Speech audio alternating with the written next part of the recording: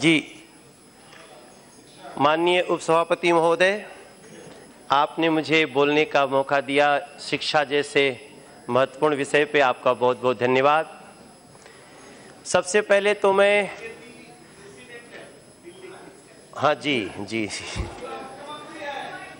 मैं सबसे पहले धन्यवाद देना चाहूँगा माननीय उपसभापति महोदय, अपने देश के मानव संसाधन मंत्री श्री प्रकाश जावड़ेकर जी का। उन्होंने हाल ही में दिल्ली के हमारी लोकसभा में एक केंद्रीय विद्यालय का शुभारंभ किया। आपको जानकर के हैरानी होगी कि दिल्ली के नॉर्थ ईस्ट दिल्ली लोकसभा में अभी तक एक भी केंद्रीय विद्यालय नहीं था।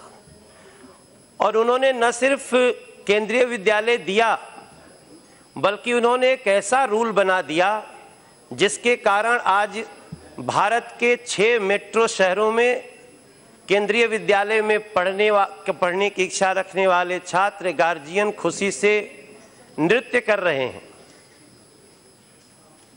पहले निर्णय था कि 4 एकड़ से कम में सेंट्रल स्कूल नहीं बनेगा। हमारे यहाँ नहीं वैसा जी, वो बहुत खुशी का नृत्य कर रहे हैं। पहले ये था कि 4 एकड़ से कम अगर लैंड हो तो मेट्रो में या कहीं भी वहाँ पे सेंट्रल स्कूल नहीं बन सकता। हमारे यहाँ ऐसी समस्या थी, एक लैंड थी 2.25 एकड़, और हमारे माननीय मानव संसाधन मंत्री जी ने हमारे यहाँ केंद्रीय विद्यालय बनाने के साथ साथ मेट्रो शहरों में अब 2.25 एकड़ में केंद्रीय विद्यालय बन जाएगा, ऐसा रूलिंग पास कर दिया।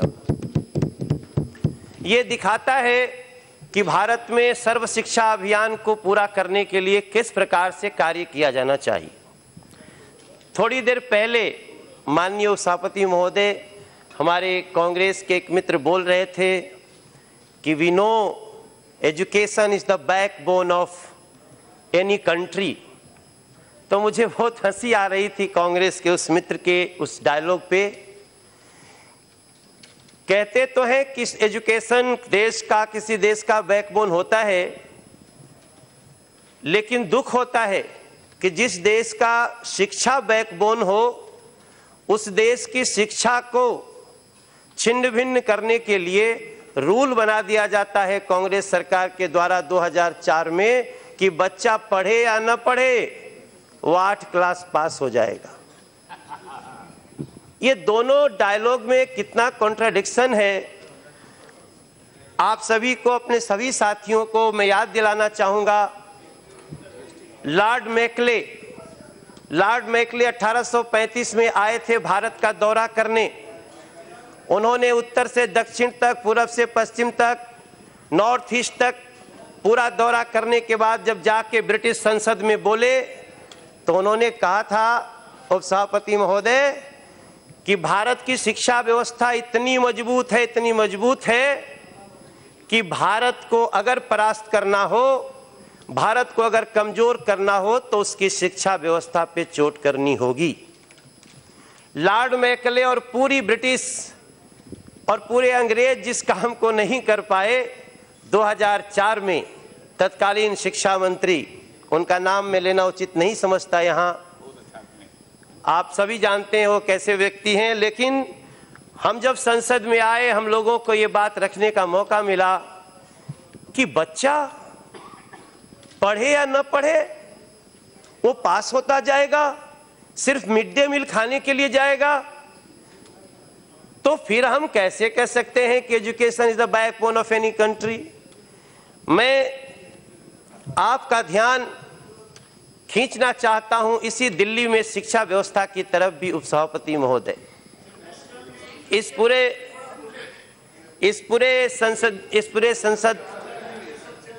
इस पार्लियामेंट में मैं, ये सारी सच्चाई है, इसमें बुरा लगने की बात नहीं है।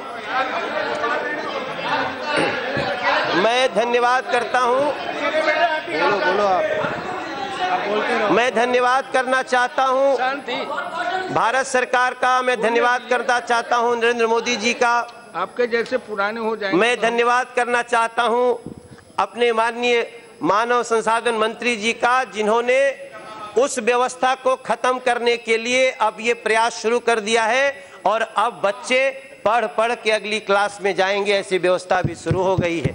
मैं इसलिए धन्यवाद देना चाहता हूं और आपका ध्यान इसी दिल्ली में एजुकेशन की तरफ ले जाना चाहता हूं। आपको जान करके सबको बड़ा आश्चर्य होगा कि दिल्ली के स्कूलों में बच्चे 3 ही दिन पढ़ते हैं। कई स्कूलों में 3 दिन पढ़ते हैं उपसभापति महोदय, क्योंकि 3 दिन दूसरे बच्चे पढ़ते हैं, स्कूलों में पढ़ने की जगह नहीं है।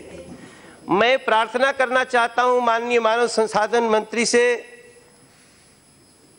कि प्रदेशों में जो शिक्षा के साथ खिलवाड़ हो रहा है, खास तौर से दिल्ली में, उसको जरूर ध्यान दिया जाए। इस पे क्या कर सकती है केंद्र सरकार, ये संसद हमारी क्या कर सकती है। एक स्कूल में जहां सुबह भी पढ़ाई होती है, शाम को भी पढ़ाई होती है, उसके बाद भी 3 दिन बच्चे आधा पढ़ते हैं, 3 दिन आधा पढ़ते हैं और 4 सत्र में पढ़ते हैं उपसभापति महोदय। और स्थिति यह है कि जब दिल्ली सरकार में जो सरकार दिल्ली सरकार है, जिसके मुख्यमंत्री जी झूठे वादे और प्रपंचों के लिए जाने जाते हैं, वो कहते हैं 500 नए स्कूल बनाएंगे,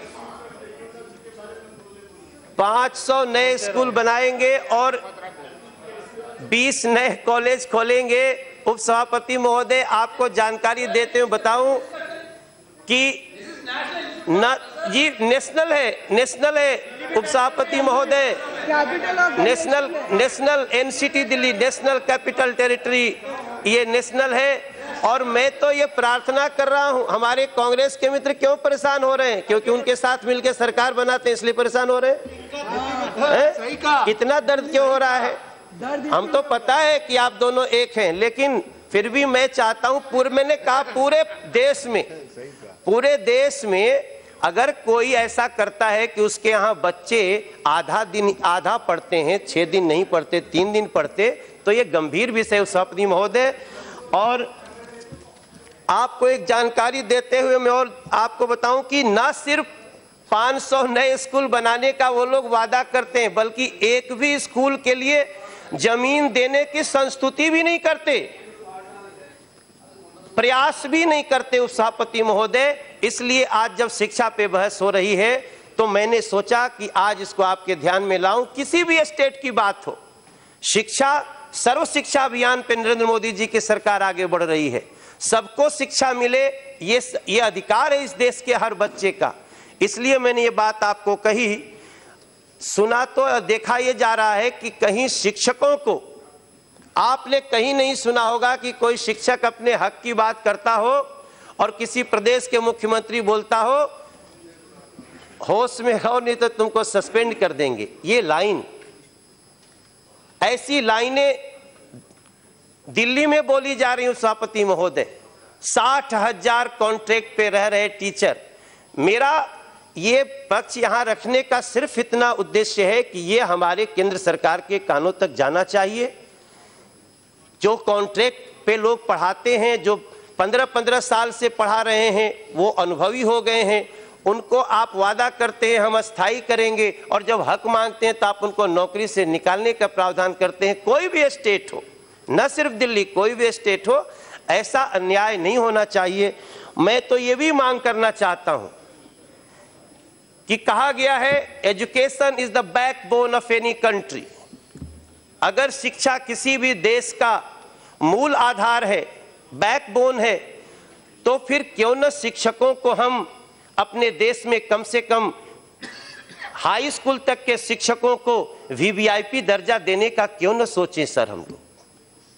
हम क्यों न सोचें कि शिक्षकों को किस तरह हम और सम्मानित कर सकते हैं ताकि वो छात्रों को पढ़ाने के लिए और भी लगन से लगें, उनको वीवीआईपी दर्जा दिया जाए, उनको भी हमारी तरह एयरपोर्ट में कहीं घुसने के लिए विशेष बनाया जाए, उनको कोई बैन न कर सके, ऐसी भी व्यवस्था होनी चाहिए। ऐसा भी मेरा एक प्रस्ताव है। जी, मैं समाप्त करने वाला हूं उपसभापति महोदय। मैं मिड डे मील में आपको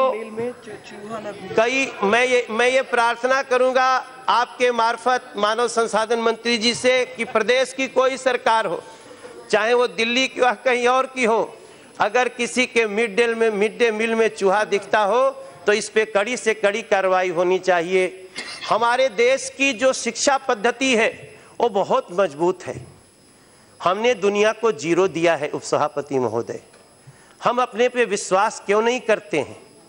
हम इस संसद में जहां से आए हैं वो एक फिल्मों की दुनिया मानी जाती है और वहीं जी समाप्त हो रहा है मेरा, वहीं से एक लाइन है जो सबके कान में गूंजता है, वहीं से सबके कान में एक लाइन गूंजता है, हमारी शिक्षा पद्धति पे विश्वास हो, हम अपने उस सार गर्भित शिक्षा को समझें जिसमें कहा गया है, वो एक लाइन है उपसभापति महोदय कि जब 0 दिया मेरे भारत ने। अरे गा के सुना। आपको अच्छी तरह पता है उपसभापति महोदय कि जब 0 दिया मेरे भारत ने, क्या बात है, इंसान को तब गिनती आई, तारों की भाषा सिखलाई, देता न दशमलव भारत तो फिर चांद पे जाना मुश्किल था, धरती और चांद की दूरी का अंदाजा लगाना मुश्किल था। हमारी ऐसी शिक्षा व्यवस्था को हमें हर तरह से मानव संसाधन मंत्री जी उसको पुनर्स्थापित कर रहे हैं, लेकिन जो लोग इसमें छेद करने की कोशिश कर रहे हैं उनको रोका जाए। आपने मुझे बोलने का मौका दिया, बहुत बहुत धन्यवाद।